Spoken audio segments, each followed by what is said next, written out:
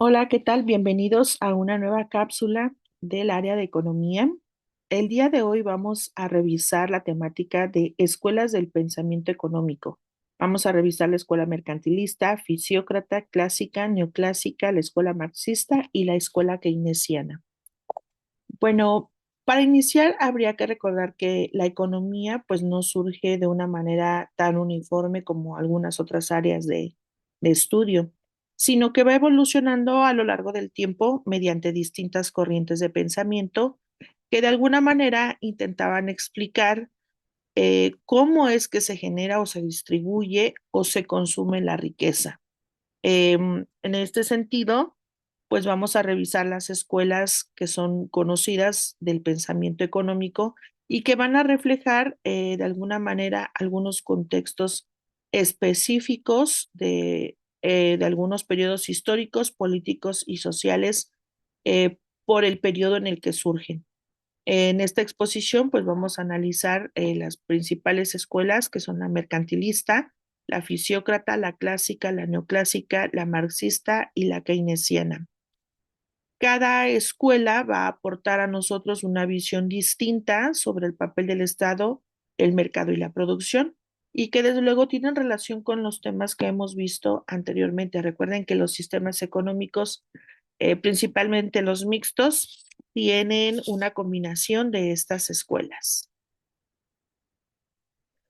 Y bueno, vamos a empezar con la escuela mercantilista. Esta escuela se va a desarrollar entre los siglos XVI y XVIII.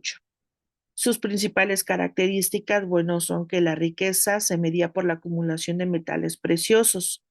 Hay una fuerte intervención del Estado y aquí es donde se empiezan a fomentar las exportaciones y hay una restricción de importaciones. Además, bueno, pues digamos que el comercio era de alguna manera favorable y equilibrado. Em, por ejemplo, en un país en donde se imponen aranceles altos para evitar importar productos y favorecer la industria nacional, digamos que es un ejemplo parecido a lo que se vivía entre esos siglos, ya que las importaciones tenían restricciones altas. Por ejemplo, España, en la época colonial, acumuló oro y plata de América y es por eso que se volvía una nación poderosa y rica. Luego viene la escuela fisiócrata. Esta escuela va a surgir en el siglo XVIII. Franco es su principal exponente. Parte de las características de esta escuela es que, bueno, la riqueza provenía de la tierra, de todo lo que era todo lo que era la agricultura. Y bueno, esta escuela defendía el orden natural de la economía. Había una mínima intervención del Estado y es como cuando un país agrícola en donde la producción del campo es la principal fuente de riqueza, es precisamente lo que la escuela fisiócrata decía. Es, por ejemplo, una de las ideas claves de Franco era dejar hacer, dejar pasar. Y bueno, en este sentido, pues había ese libre mercado que no había en la escuela clásica.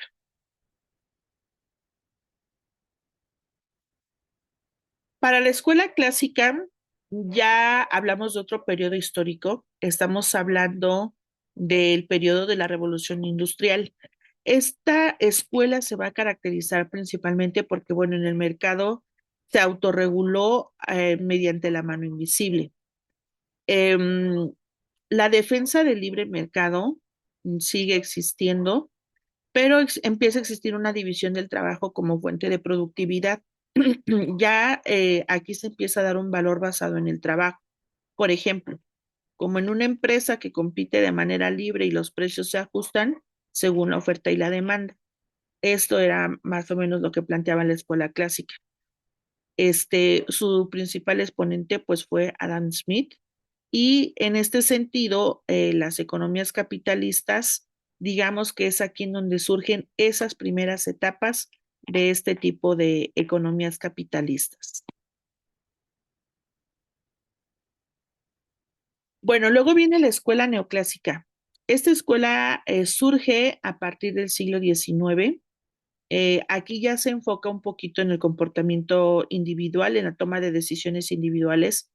Se empieza a utilizar el concepto de utilidad marginal, empieza a existir ya esa dependencia del precio de la oferta y la demanda. Aquí ya se nota un poquito más este fenómeno y el uso de las matemáticas en el análisis económico. Ya hablamos de que empiezan a observarse las curvas del comportamiento a partir de la oferta y la demanda. Por ejemplo, si un consumidor decide comprar un producto, según el beneficio adicional o la utilidad que puede tener ese producto, que le genera, pues digamos que esto se empezó a notar mucho en este periodo del siglo XIX, porque el consumidor ya no solo compraba por necesidad, sino que buscaba un plus en esa adquisición de ciertos productos. Por ejemplo, eh, yo elijo comprarme un café por las mañanas o hacerlo en mi casa. Esa sería una decisión individual. Yo elijo si gastar 45 pesos en el café o me ahorro ese dinero y lo cocino en casa. Entonces, digamos que la escuela neoclásica empieza a enfocarse ya en ese comportamiento individual y, bueno, ya empieza a hablar de los equilibrios del mercado a partir de esa maximización de la utilidad que empezó a notarse en el comportamiento económico y del consumismo. Y bueno, luego viene la escuela marxista. Esta escuela, con su principal representante, que es Carlos Marx, bueno, se va a caracterizar precisamente por la crítica fuerte que hace hacia el capitalismo. Nos hablaba de que la riqueza proviene del trabajo del obrero y ya mencionaba la existencia de la lucha de clases, la burguesía contra el proletariado.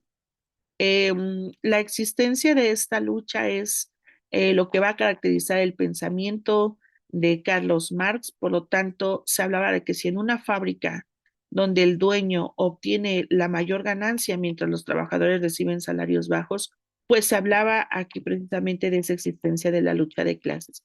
Por lo tanto, esta escuela proponía la eliminación de la propiedad privada de los medios de producción. Por ejemplo, si había plusvalía en la ganancia obtenida del trabajo, pues tenía que pagarse. Sin embargo, se observaba que si había plusvalía, pues el trabajo no era bien remunerado. Entonces, estas eran las principales escuelas ideas de la escuela marxista, que es lo que le va a dar base al sistema económico planificado, como lo veíamos en las cápsulas anteriores. Y bueno, luego viene la escuela keynesiana. Esta escuela es muy importante porque, bueno, surge tras la crisis del siglo XX en 1929. Su principal representante, pues, es John Maynard. Este se va a caracterizar precisamente porque el Estado empieza a intervenir para estabilizar la economía. La importancia de la demanda agregada, el uso de políticas fiscales, ya lo que viene siendo el gasto público, y pues el Estado de alguna manera buscaba también reducir el desempleo con la estimulación de las empresas para que pudieran contratar personal. El gobierno empieza a invertir en infraestructura para generar esos empleos precisamente durante la crisis económica. Por ejemplo, las políticas aplicadas tras la Gran Depresión de 1929 son un ejemplo bastante notable dentro de esta escuela keynesiana, pues digamos que esto va a ser como el hecho que va a detonar las bases de esta escuela. Entonces es por eso que es muy, muy importante porque recordemos que en uno de los sistemas económicos donde se habla ya de la intervención del Estado a favor de la estimulación o el incentivo a los mercados, es precisamente porque tras esta crisis de 1929 se dieron cuenta que los mercados necesitan ser regulados por la parte gubernamental. Y bueno, de esto pudiéramos decir que eh, en una comparación general, pues podemos hablar de que la escuela mercantilista habla del papel del Estado, eh, pues de una manera alta, ¿no? se enfoca principalmente en el comercio y la riqueza, y la fuente de la riqueza pues van a ser los metales preciosos, y su enfoque principal es el comercio exterior. Hablamos también de lo que es la escuela mercantilista. Eh, en este sentido, bueno, digamos que esta escuela, pues aunque hablaba del papel del Estado, que fuera la intervención de manera alta, luego viene la escuela fisiócrata, que nos habla de lo contrario, en donde mencionaba que la intervención del Estado debería ser baja. eh, Ponía como fuente de riqueza la tierra, su enfoque principal pues fue siempre la agricultura, y luego viene la escuela clásica, que viene, y la neoclásica también, que hablan del papel del Estado con una intervención limitada. Por un lado, la escuela clásica hablaba de que el trabajo y el mercado eran la principal fuente de riqueza, mientras que la neoclásica hablaba de la utilidad individual. Y ambas, aunque hablaban de libre mercado, la escuela clásica se enfocó en esa parte del libre mercado, pero en la neoclásica se enfocaba principalmente en las decisiones racionales del consumidor. Luego viene la escuela marxista con la eliminación del Estado capitalista, con la fuente de riqueza basada en el trabajo y enfocada principalmente en la lucha de clases. Y bueno, finalmente hablamos de lo que es la escuela keynesiana, en donde nos hablaba de que la intervención del Estado debería de ser alta, hablaba de la fuente de la riqueza, de la demanda agregada, y su enfoque principal, bueno, pues va a ser la intervención estatal. Entonces, en esta comparación general, podemos basarnos para tener como una idea más global de estas escuelas. Para cerrar nuestro tema, bueno, es importante decir que en un país con crisis económicas, por ejemplo, si hablamos del enfoque mercantilista, bueno, pues nos propondría exportar más e importar menos. Si fuera la escuela fisiócrata, nos hablaría de fortalecer el campo. Si fuera la escuela clásica, nos hablaría de que pues dejáramos que el mercado se ajuste solo de manera autónoma, sin intervenir para nada. Si hablamos de la escuela neoclásica, bueno, pues hablaríamos de estar analizando las decisiones individuales de consumo. Si habláramos de la escuela marxista, pues nos señalaría la explotación laboral, mientras que la escuela keynesiana nos hablaría del aumento al gasto público para reactivar la economía. Si se dan cuenta, podemos decir que, bueno, las escuelas del pensamiento económico nos reflejan distintas formas de entender la realidad económica, pero no existe una única teoría correcta, sino que cada una aporta una herramienta útil dependiendo del contexto histórico y social. Y bueno, pues también comprender estas corrientes nos permite analizar las problemáticas actuales con visiones críticas, de alguna manera reconociendo, bueno, que la economía es una ciencia dinámica en constante evolución, por lo que digamos que, pues para poder analizar esta parte de las escuelas, habría que pensar en que las ideas económicas no solo explican al mundo, sino que también influyen en cómo se gobierna y se vive en nuestra sociedad. Por ello, conocerlas es fundamental para cualquier economista o para cualquier persona que esté interesada en esta área. Y bueno, como siempre tenemos nuestra área de repaso. Nuestro primer planteamiento dice, ¿cuál es la escuela que sostiene que la riqueza proviene principalmente de la agricultura? Recuerden que la fisiócrata consideraba la tierra como la única fuente de riqueza.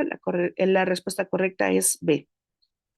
La idea de la mano invisible pertenece a, recuerden que Adam Smith es quien plantea que el mercado se autorregula mediante la interacción individual, así que la respuesta correcta es C. ¿Qué escuela propone la intervención del Estado para enfrentar crisis económicas? Aquí hablamos de la escuela keynesiana. Recuerden que esta escuela surge precisamente en 1929 como esa manera de analizar la crisis que estaba atravesando la nación en aquel tiempo. Luego viene la teoría de la plusvalía, que es la característica de, recuerden que la teoría de la plusvalía viene de la escuela marxista. Marx hablaba de que la explotación del trabajador mediante la plusvalía pues era una desigualdad dentro de la parte laboral, ya que los asalariados pues eran indemnizados con salarios muy bajos, mientras que el dueño de la empresa se enriquecía. El último planteamiento dice, ¿cuál escuela se enfoca en decisiones racionales y análisis marginal? Bueno, recuerden que estas decisiones racionales son del comportamiento individual que equilibra el mercado y es la escuela neoclásica. Por lo tanto, la respuesta correcta es A. Y bueno, como siempre, les compartimos la bibliografía que se utilizó para el análisis de esta temática. Recuerden que si requieren de mayor información para ahondar en este tema, podemos brindarles bibliografía complementaria o algunos datos adicionales a través de nuestros medios de contacto, claro. Como siempre, bueno, me despido de ustedes. Esto ha sido todo por nuestra cápsula y nos vemos en la siguiente.